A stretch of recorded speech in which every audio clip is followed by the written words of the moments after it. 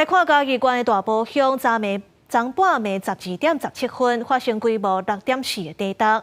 晋阳附近的台南西甲玉井出现灾情，南西是有一排架厝倒去，掉伫内底的人有平安救出来。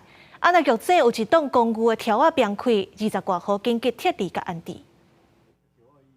安门土地壁砖落规涂骹，公寓1楼乱七八糟。嘉义大埔2半暝发生类似规模6.4的地震了后，台南线内出现真侪件规模3到5左右的余震。伫玉井林爱街一栋6楼高的公寓，1楼的条壁开，更紧现出来，徛好防紧急撤离，其中7个人安置。这柱已经爆裂了，已经就爆裂掉了，所以还是要临时性先做支撑。如果对整个大楼来说呢，就是有影响。今日有起封锁线的大楼，土木技术工会甲市府的人员斟酌查看毁损的状况。半暝逃离的居民，一透早嘛转来公寓外口，等要转去厝款行李。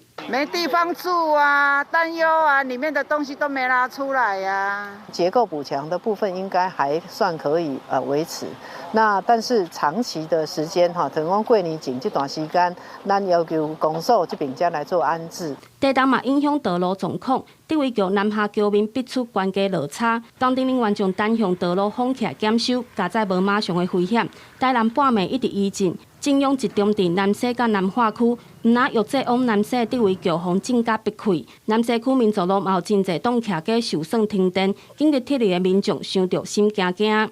好，伊药点袂做，佫行袂去啊，行袂去啊，无法度行。无法度行，药了太厉害个。车顶困一暝啊，嘛无困，迄嘛困袂去。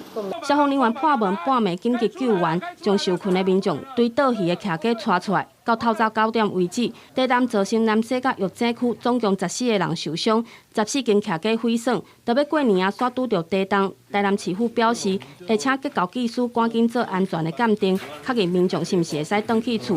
年后嘛会加速处理重建，希望灾民赶紧恢复正常的生活。公视新闻温正雄、陈焕武、柯正俊台南报道。